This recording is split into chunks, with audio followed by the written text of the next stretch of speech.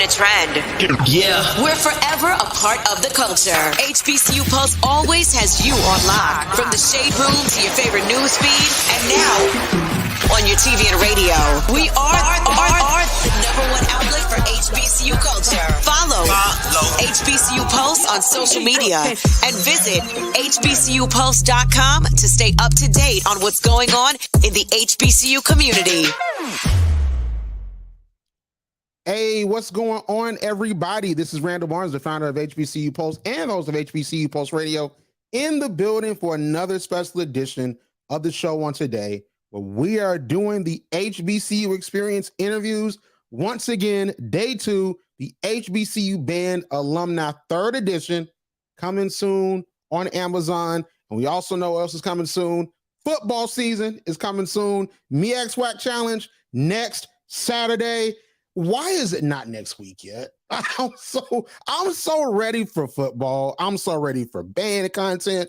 I'm just ready for it all. Oh my gosh. But listen, we're going to get there, and these interviews are going to help us get there for sure. We have an amazing guest on today, Dr. Bridgette Crawford Bell. She's the director of bands and a teacher specialist for School of Performance and Achievement in Hartford County, Maryland, a Morgan State University alumna. She was a part of the magnificent Marching Machine.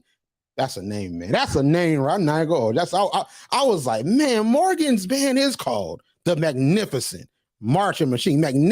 That's a dictionary word. Listen, making it happen. And she also served as the assistant to the director of the bands from 1999 to 2012. This is going to be so crazy. I'm super excited to talk to her. Let's go on and bring her on, Dr. Bell. How you doing?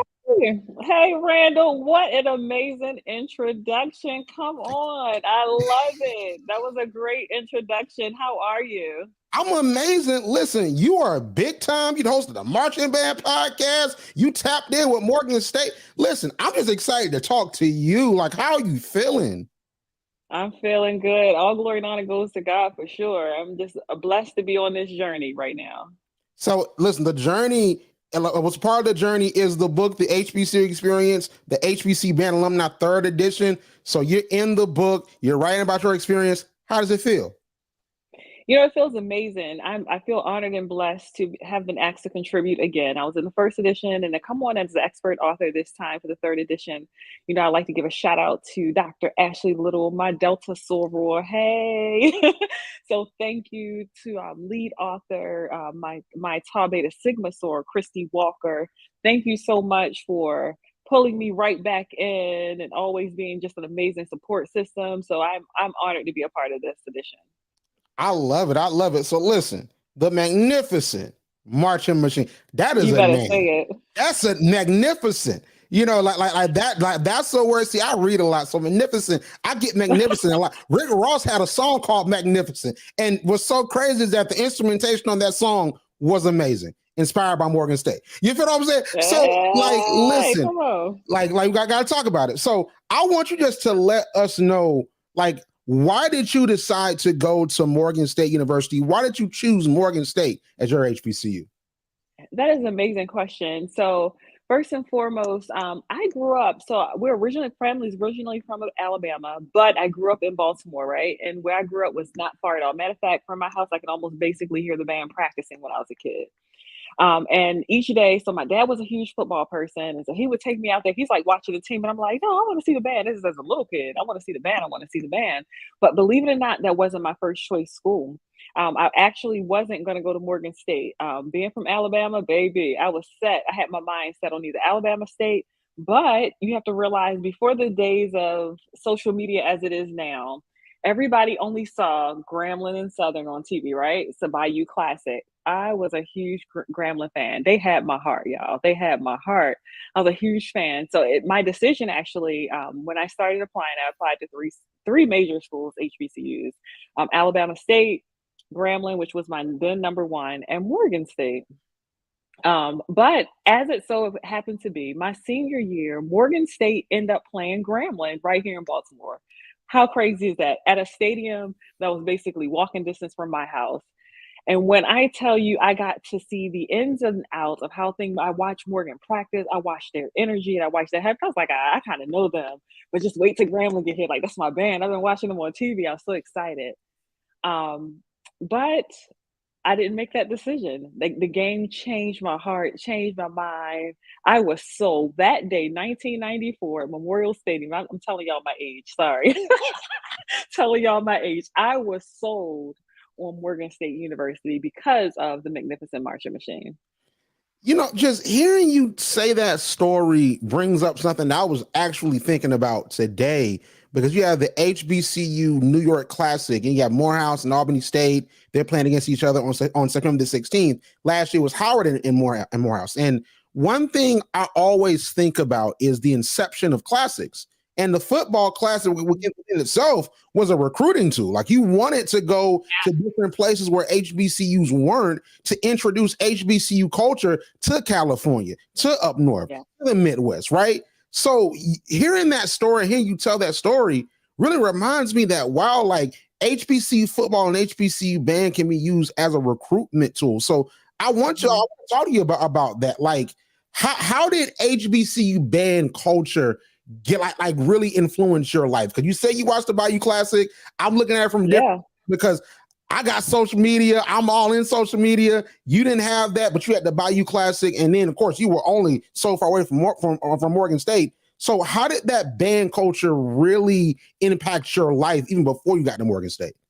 Yeah, I'm going to answer that, but let me chime in on one thing before I even answer that. So you talked about the inception of classics. You mentioned that New York Whitney Classic, Whitney Young Classic. So here we go. I'm a history person, right? And so here, drop a little history. Morgan and Grambling actually were the originators. They were the original schools that were participating in that classic. If you go to African American History Museum, you'll even see like posters. Like, Morgan was like a big time school for football back then. You know, they were like a powerhouse, and so that was a part of that. But how did they really impact my life? So let me tell you, I've been a band head since I was in third grade. Like, like third grade. So my dad is a pastor / he's a musician, and so he loved everything band. But I'm telling you, being from Alabama, you know, Alabama has the most HBCUs. We saw marching band. We saw marching band culture. And my dad, he was in the band. He played bass drum. He played trombone. He played tuba, and he's also an organist. So by the time I got to third grade, my dad was like, "Hey, what we playing?" You know, I was like, "Okay." Picked up my instrument. Let me tell you, it was love at first sight. Like, music is my language. Fell in love with band. We would travel to see games. You know, it was nothing for us to go, you know, right here in I guess the Mid East, whatever. What is it, the East Coast or whatever? You know, we'll see Morgan, Howard, Delaware State. Then my dad went on as a part of the staff at Morgan State with the football team. So then, boom, I'm right there. I'm watching the band culture. I'm at every game. I mean, I'm in the stands. I'm all into the thick of it, because so that love and that passion really came from my dad for marching band. Listen, we need to take HBCU band more seriously as a recruitment tool, because I think we do, because we call the band at HBCUs the greatest ambassadors. But I just think, and I've always said this, that culture, and we're talking about the band with the book, that culture would draw people in, because there's a difference between an HBCU band and the PWI band. Like, there's a difference within that culture. So the fact you had that culture, man, I'm jealous of you. Because I went to Fort Valley, but it wasn't just Fort Valley all the way from me at first. You know what I'm saying? So like I'm jealous of you. You had that whole experience. But let me ask you about this. So you get to Morgan State, you're a part of the Magnificent Marching Machine. So tell us about your time in the band. Like, how was that? It was amazing. I remember there's some things in my life I don't remember. I mean, whatever, because they weren't that impactful. I remember the first day I stepped I can see myself walking down that hallway, Murphy Fine Arts Center, and walking into that hall. The first people that I came across, I was nervous. I was freshman. You know, I'm like, oh, and I'm a girl. I'm a tuba player. Oh my goodness. It's crazy, right? Walking down the hall, the first thing I was greeted by the brothers and sisters of Tau Sigma Kappa Kappa Psi. I'll never forget the warmth their leadership right away. Hey, come on in. Da, da, da, da. It was no intimidation, nothing crazy. It was all family, it was all love. From that moment, I was just like, yeah, I found my spot. This is my place. We had some wonderful moments in the band. I was honored. So I marched in the band, of course, but I was also honored to be a part of staff. So I've seen a lot. We performed before some great people. We've been all over the country, all over the world. I mean, I can't tell you the people who come through our building. I'm thinking about the time we played Bootsy Collins standing right there, Mary J. Blige. Like, I have some pictures with some amazing people because of the opportunity. It's brought us before some amazing people, but it's nothing like stepping out. Let me tell you, the stadium's quiet and everybody like, the team out there, whatever. And that band come through that gate and that crowd get up on their feet and they're yelling for you and everybody's cheering you in the state. It's nothing like that. That's the best feeling in the world. People don't realize that. That's the heart of HBCU bands. People, they come to the stadium. The team is out there, but it's really about the band. Saturdays in the fall is about the band on HBC campus. So, okay, let me ask you this then. So I always ask about drumline when I talk to someone that's been in an HBCU band.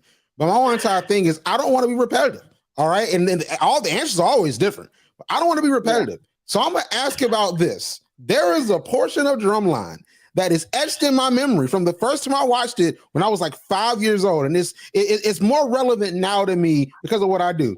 Because you had Devin, and Devin wasn't part of HBCU culture. He was amazed at the pageantry of HBCU life. He said, man, there's so many people out here. They're so excited. And then the guy said, halftime is game time. And in my mind, when I got to Fort Valley, I'm like, well, I don't know if that's totally the case. I'll tell you why I say that. Because I feel like the football team is important as well. I think it's equal importance because the band gives the soundtrack, but the football team, you got a good football team, they lit too. And then it's a close game. You ready to see what happens? So I feel like it's equal footing. So what do you think? So you think the band just trumps football and it's just a wrap? Let me tell you something. Everybody knows Bridgette. I'm a band head. I'm a band person. I'm a band director, but I'm a huge football fan too. Don't get it twisted. Morgan State's my team for HBCUs, but I'm an Alabama fan. Roll Tide. Huge football fan. But let me tell you something. In the HBCU world, the football team is the pre-show to the band. It's about the band. We don't go anyway. Let me tell you something. You go to, Ricky Smiley does it best. He does this whole skits about band. Let me tell you, it's so true. It is so true.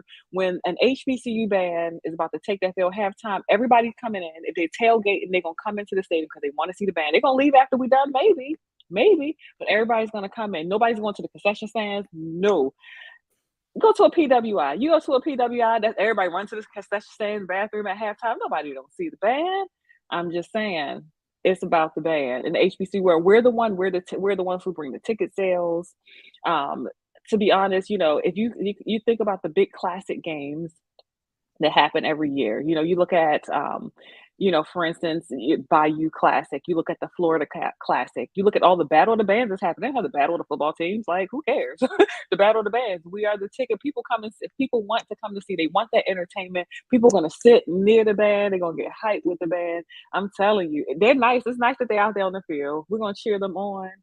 But halftime and football games in the HBC world is about the band, Randall. All right, I hear you. So let me ask this because this has been a conversation because during off seasons, as you know, it gets very boring.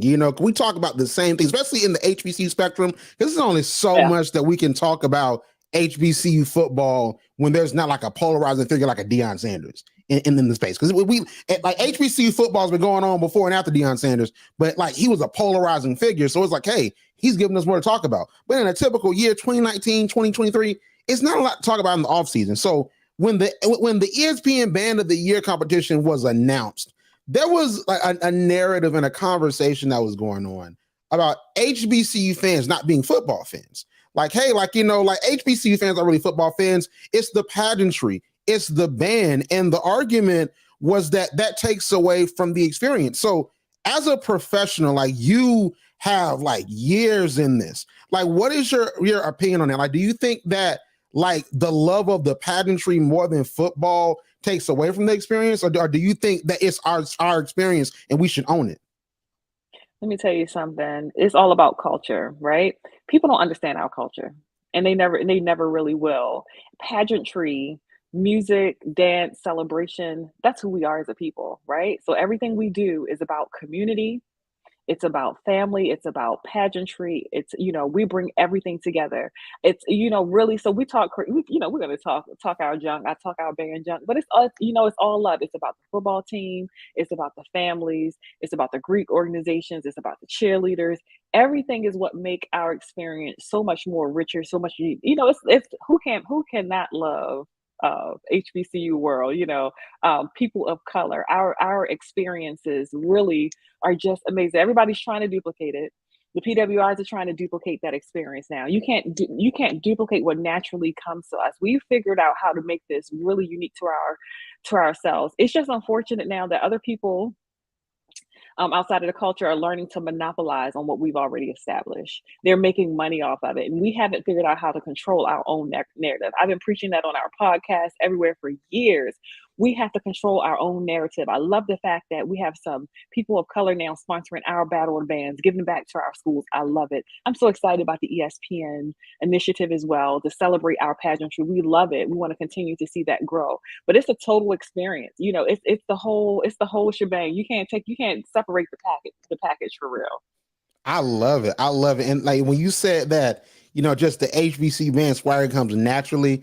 I thought about PWIs performing neck, and it's not the same. Like when the PWI performs neck, it ain't the same. Like it's just something. Don't perform swag surf, and it sounds like a totally different song. Like the song is surf swag at that point. It's just a totally different Surf song. swag. And that wasn't because that was the name. When you go to Apple Music and you type in Lil Wayne's, the drop mixtapes, it says surf swag on Apple Music. So that's where I got it from. But they play surf swag, we play swag surfing. You know what I'm saying? So I'm just saying. So let's talk about the ESPN Band of the Year competition. I really want to pick your brain on it because we're all really excited for the possibility of what it could be. Because speaking of Drumline, at the end of Drumline, there was a Band of the Year competition. And prior to this, we didn't have that. We had Battle of the Bands. But the thing about this one is that this is a competition, not a showcase. And you're not invited to come. You have to earn your way. So in general, what is your thought process about the ESPN Band of the Year competition? Then after this, I'm gonna ask you some questions so we can get some things going about who we think is gonna make it there. But what do you think about the competition itself? I think it's an amazing opportunity, great exposure for our program. So what happens there? It's always the MEAC and SWAC championship, the National Football Championship for HBCUs. MEAC and SWAC HBCUs decided to take their control of. They decided to take their own control of their championships. They knew we were never going to make it to the big one at the end. We're going to make it to the SEC. So they've made control. The fact that ESPN is partnering is absolutely amazing because it adds that next layer to it that we kind of need. We still need that support. We still need the sponsorships. And so it's absolutely amazing. It's a great stage and platform for HBCU bands. Like people love our bands. You're talking about Drumline. It's so funny when you talk about Drumline. I'm just like, man, we were there for the tapings of it. Everybody that was in the movies. It's kind of crazy to us, right? And we didn't think it was going to be that big. I slept on Drumline totally. I was there. I was at Morris Brown when they were taping that little homecoming scene. They were like, we're going to be in the movie. And I was like, y'all talking junk. It's probably going to be a bootleg joint, right? No, it's huge. Now it's what? So you talking about it now is absolutely amazing. But just to loop back to ESPN, it's another great opportunity to showcase the talent of the bands that's out there. I'm excited to see. Let me tell you, I'm friends with probably 95% of the HBC band directors. They're my friends. They're my colleagues. And everybody's doing fantastic work. They're in band camp right now, working hard. I can start calling names. I don't want to do it, but they're doing an amazing job. It's going to be amazing to see who is selected. It's such a subjective process, and I adjudicate, which means I judge bands all the time. A part of our podcast is kind of giving critiques and those kind of things. And it's subjective, but there's some things that are universal to marching bands. It's going to be exciting to see how we align some of our philosophies and who we select, small bands, big bands, this conference, that conference. It's going to be amazing to see who they actually select and get there. Either way, I'm going to be cheering them on and I'm going to be there to celebrate with them. Hey, I love that. And I wanted to say this. You gave me a flashback to 10 years ago when Drumline 2 was about to come out. And I was at, because I live in Byron, Georgia now. I'm from Macon, Georgia. So, you know, I guess they were filming the movie, of course, in Atlanta A&T. So like they're filming a movie in Atlanta. So they come down to Macon and they say, hey, it's a battle of the bands, Fort Valley State, Albany State, Morehouse, the high school bands. They're going to be at this battle of the bands.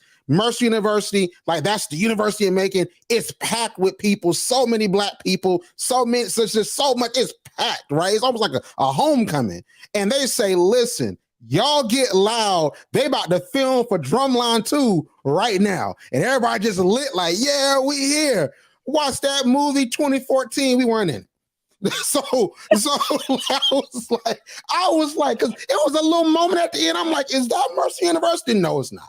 Like that's Clark Atlanta. Like, you know what I'm saying? Like, so I know what you described. I know exactly how you feel. But you know, just in general, I want to ask this, right? So when we talk about HBCU football, we talk about the exposure for the athletes. And that's a big conversation about media rights, about, hey, like we have these amazing athletes. And yes, we have the culture, the experience, the band, the pageantry, but these athletes want to make it to the big leagues. They want to make it to the NFL. So we're like, hey, our game's on ESPN Plus, our game's on HBCU Go, our game's on HBCU Plus. So come over here, you can get the same exposure. So this Band of the Year competition, I think is interesting for me because it gives the bands exposure. But I want to ask you, as a professional in the marching band space, what does this exposure do for the students that that play and march in the band, and what does it do for the program? So I want to see if it's akin to the effect that media has on football. Yeah, it's similar. You know, and so the sports thing right now is so interesting with the rights that they've kind of given athletes now to kind of make a little money off of the branding and some other things they do. It's different for the band world. We can kind of brand a whole band program. You won't ban individuals, but it's a great opportunity to represent our universities. Our universities are still in the HBCU world. You know, there's some people that still look at us and like, what's an HBCU? What's Morgan State? There's people in the HBCU world don't know where Morgan State is or who's Morgan State. You tell them in Baltimore, you're like, oh, I'm like near DC. They're like, okay, we got it. Like they, you know, they have no clue. So it's a great opportunity to bring our university to the forefront. That's first and foremost. It's a great opportunity to showcase the talent and the hard work that happens in our community. And let me tell you, look at the negativity that we see on TV all the time as it relates to people of color. It's a great opportunity to see us in a positive light. These are collegiate athletes. These are collegiate musicians, collegiate athletes. That means these are scholars. These are students. These are smart people who are out doing amazing things. They're not gun banging. They're not doing crazy things. They're doing positive things. So it does that. It gives the bands the exposures to get invited to some other things. So we're still excited about being able to go to Macy's Day Parade. Morgan State had the opportunity to go. People want to go to the Rose Bowl Parade. And it's not easy being selected for those type of opportunities also where it's on the national stage. So these are great opportunities, you know, kind of give you another platform to be seen. And so it does give some great opportunities for sure to the band program that's going to be there. I love it. Yeah, I feel exactly what you're saying. I'm excited for it. I know you're excited for it. I think every former and current band member was excited when that news dropped. Now, I got to ask you this, because I know you said you're friends with 95% of the band directors. So I know you're not going to answer the question of the 4 bands you think are going to make it. But I want to ask you this. Do you think Morgan State is going to be one of the 4 bands that's going to make it? I think it's a great opportunity. It's a great chance. I'm hoping so. I'm going to rep for them if they there. Hello. So we hope they will. Absolutely. We hope all the bands get the exposure. So there was another battle of the bands that has been the prominent one, Honda Battle of the Bands, for years. They had some different things happen with it this year, even though they had it. Morgan State got to go to Honda Battle of the Bands this year for the first time, but they did take the opportunity to kind of go around, see the programs, whatever. So it'll be great to see if they actually get out there to kind of see some of the bands, to know who to actually present the opportunities to be a part of it. It's going to be interesting to see that as well. So that there's equal footing and people actually being able to be a part of this. But you know, it's going to be about money too. You know, who's going to bring in the crowd? Who's going to fill them stands? You know, some of the bands, if you say their name, boom, their folks coming. They're going to carry a crowd. In Atlanta, a school like FAMU, who has a huge alumni base, they're gonna be there. Cookman has a good alumni base there. And just in location, you'll be smart as a business person, you're gonna want to include them. And those are great band programs as well. There's no shade to them because they're great programs. So why not? Why not present those opportunities to them? But then you have to look at other opportunities.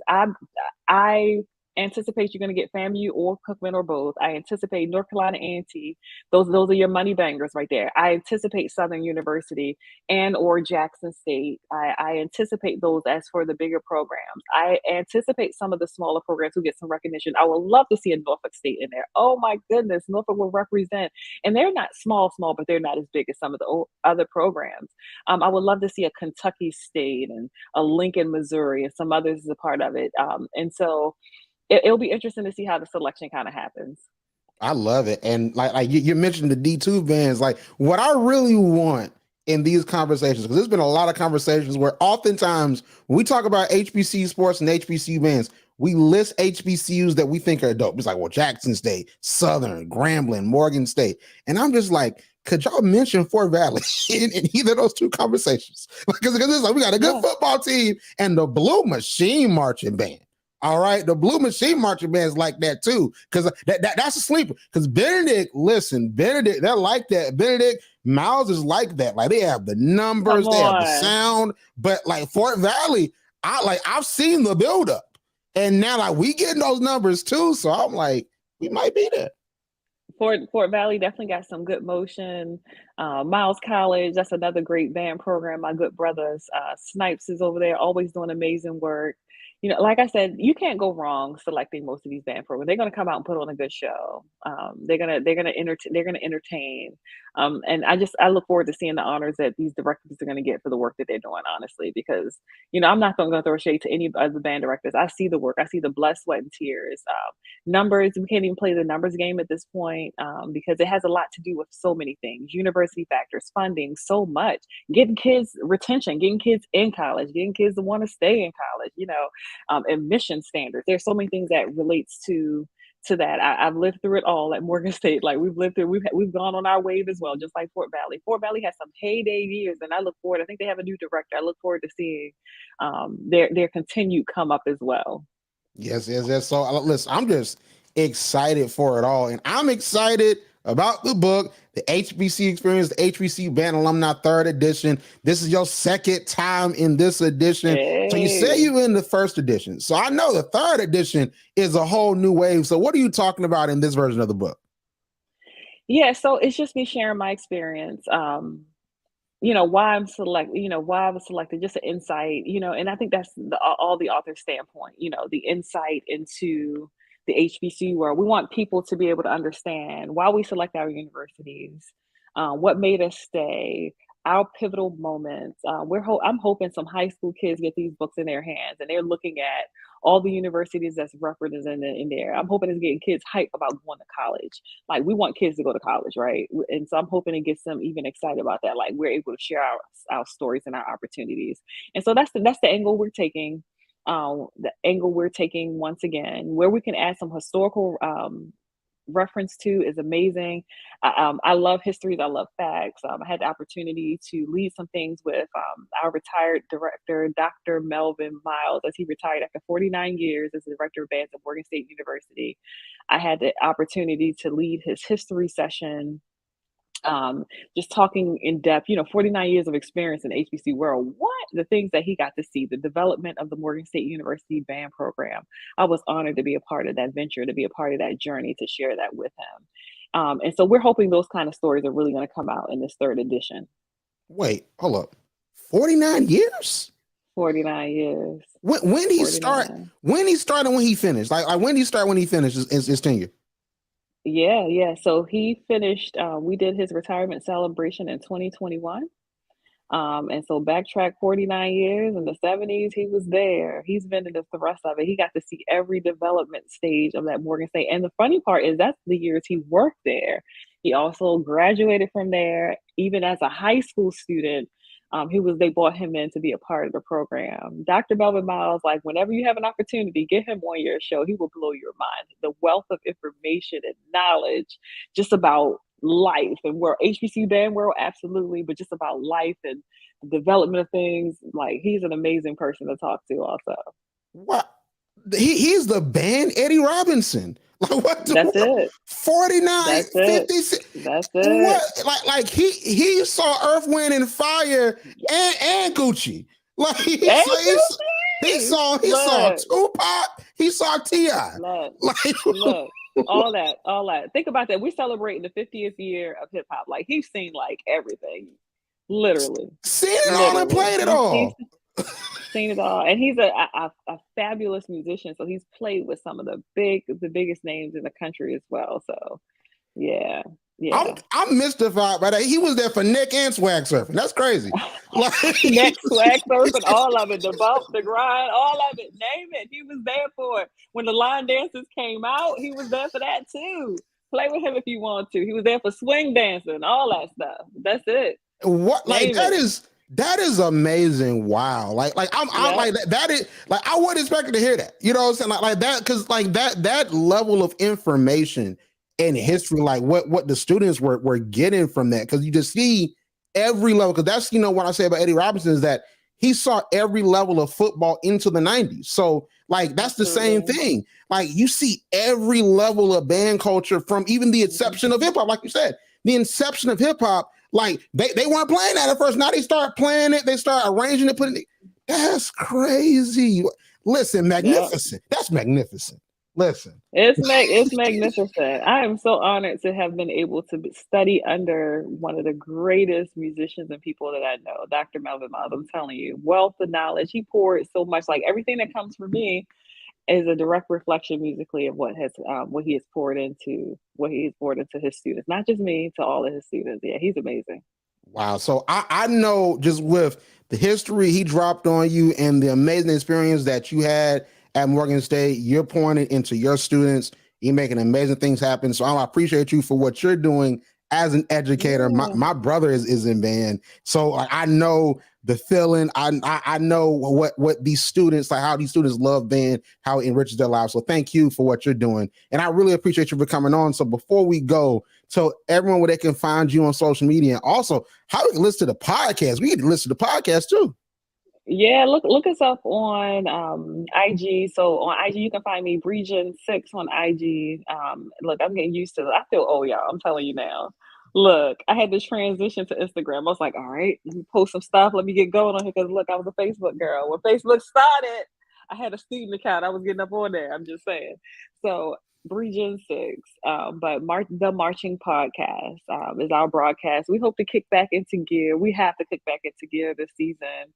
COVID took us by storm, and so we hope to be back on. But go pull us in. We're sponsored by NBC Sports. We have some great things going on. So go back and listen to some of the podcasts. We have some great people on the show, interviews with some great directors. So check us out as well. Hey, listen, I'm going to tap in. I'm behind on my podcast listening, so put you at the top of the list with the other podcasts I'm listening to. So I definitely appreciate you for coming on. Listen, Dr. Bell, thank you so much. It was a pleasure. And listen, continue to do what you're doing, and we cannot wait to read your chapter. Awesome. Thank you so much for having me on. This was a great interview. I love your energy. I love your vibe.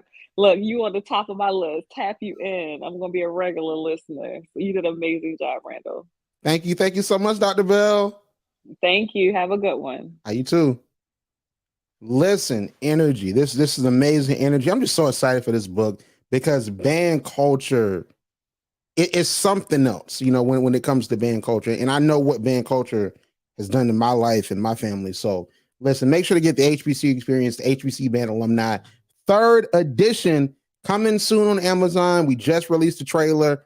So make sure to go look at the trailer and check that out. Got some more interviews coming up, so make sure to tap in for that. But outside of that, thank you so much for tuning in. And as always, we'll see you on the other side. Like what you hear?